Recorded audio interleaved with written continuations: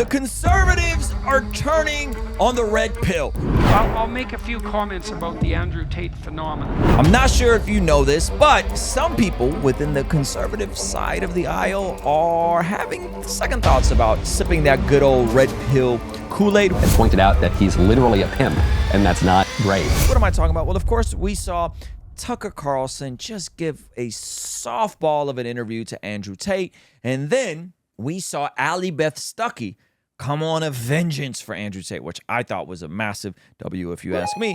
And now we have the proclaimed incel god himself, incel god in quotes from other leftist radicals who call him this, Jordan Peterson, going at Andrew Tate. Wow. All right. I'm perplexed. I'm shocked. Okay. So red pill, conservatism, kind of had the symbiotic relationships. A lot of red pillars are conservative. Not all conservatives are red pillars, but you know, it's enemy of my enemy is my friend, as they say, right? Well, apparently some old footage resurfaces of Tate, which I mean, come on, we've known this footage has existed for a while. Anyone has been keeping up, okay? And Jordan Peterson apparently calls him scum. Jordan Peterson calls Tate scum as old footage of Tate resurfaces. All right, let's check this out. I'm not particularly, what would you say, impressed by what he's done on the business front. It seems to me a bit on the pimpy side, let's say. Oh, Jordan Peterson's called it on the pimpy side.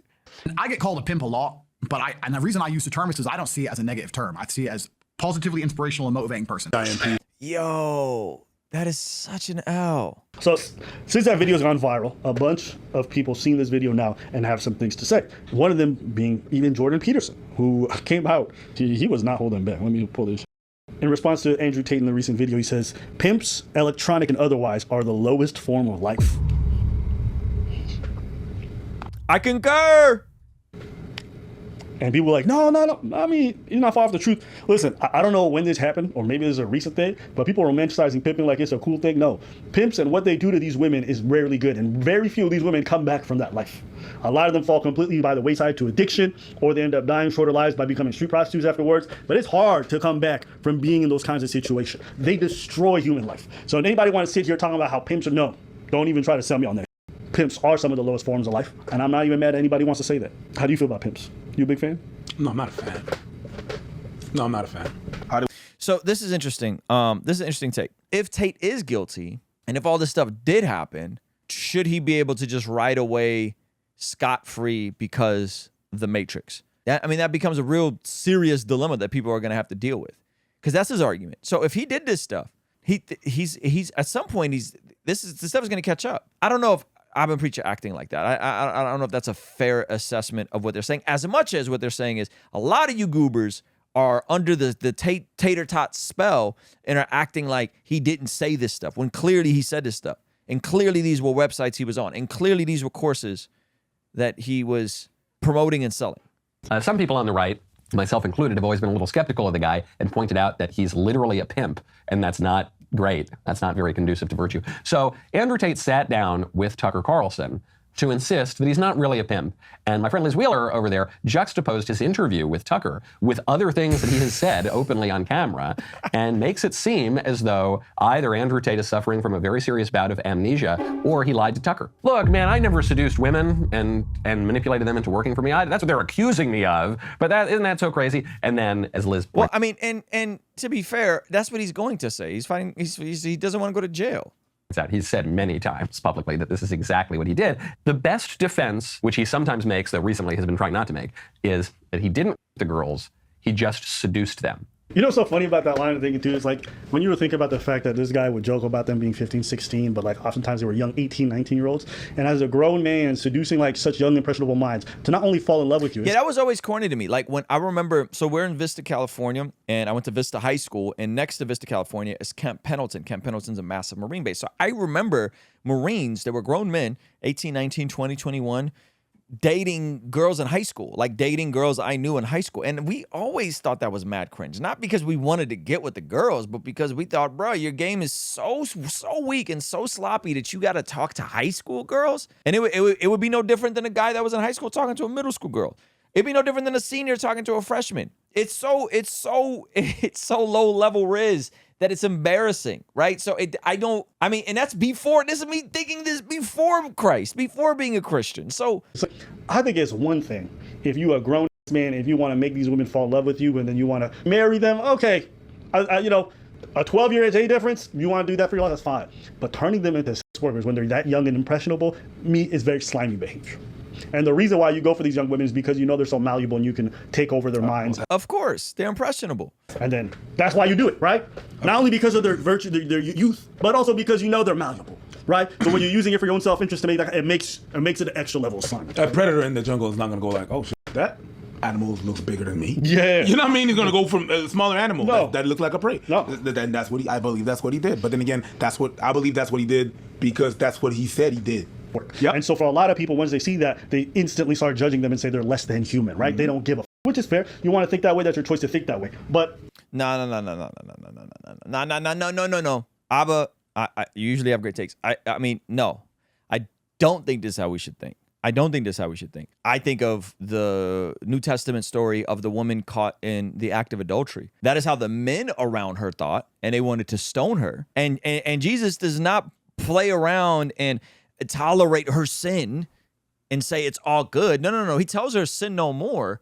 But what he also does is he extends mercy. And this has always been my issue with some of the goobers in the red pill community, is that you want men to increase their notch count and then don't extend any type of mercy to the women that you are increasing their body counts and increasing the issues in a societal level. This has always been corny. So to me, if women are promiscuous, yes, that's wrong. Call it what it is. That's repent, sin no more. However, no one is beyond the grace of God. No one is beyond transformation. No one is beyond that. Now, to be also fair, in the grand scheme of this conversation, no one is beyond consequences. Sometimes God will supernaturally remove consequences. That can happen. But a lot of times, I'd say the majority of the time, those consequences are left in our life. And whether it's someone was promiscuous, whether it's someone did sex work, whether it was someone doing what Andrew Tate did and all that kind of stuff, you're not going to always get away with the consequences scot-free just because all of a sudden you had a moment of clarity and decided to change, right? Like that's not how it works. But then subscribe to their hands. yep. Which, by the way, that's been validated. They did a study of a couple of women that went on Fresh and Fit, and all these girls that were getting dragged on Fresh and Fit and getting the chat was just going crazy. All of their hands went up the very next day. So. So the girls, these red pill goobers are dragging in the chat, are the same girls that all of a sudden have 1,000-fold increase, 1,000% increases on their own subscriptions after appearing on Fresh and Fit. Huh? Perfectly fine with conservative people who want nothing to do with work and nothing to do with Andrew Tate. I think that's a perfectly fine thing to do based off the consistency of your morals. But people who these sex workers, but also prop up the kind of man who made them, I just don't get that, in my personal opinion. Great take from Abba and Preach, man. I appreciate their take. Yeah, buddy. Hey, man, just so you know, this is the textbook definition of what trafficking is. Hey, Sauce, just so you know, here's what Andrew Tate says coming out of his mouth. You know, he probably did this stuff, right? So I've tried to talk to the valuetainment guys about this stuff, but it's hard, and I don't mean to do the appeal to emotion, but I understand that it could be hard when Andrew Tate is doing such crazy numbers on their platform, right? He's doing crazy numbers on their platform. But yeah, I've leaned in, I've sent them the information, and by the way, we were talking about this over a year ago. Me documented. Not to say that Andrew Tate isn't right about some things, but we were talking about this over a year ago when I shared the video of Exodus Cry reporting all of this a year ago. All of this a year ago was reported by Exodus Cry, which is a nonprofit that deals with people who are being trafficked. Yeah, man, this is some craziness. Hey, this is a segment from our daily after party stream. Consider partnering with us online for as little as $5 a month to get access to these daily after party streams completely unedited. You'll also get access to our podcast as they are streamed live into the community before anyone else gets to see them, get to interact with our guests, get access to our private Discord server, and a discount code for our store for as little as $5 a month. Ultimately, that will help towards helping us continue contextualizing the gospel using media and podcast here on YouTube. All right, I'll see you over there. Peace.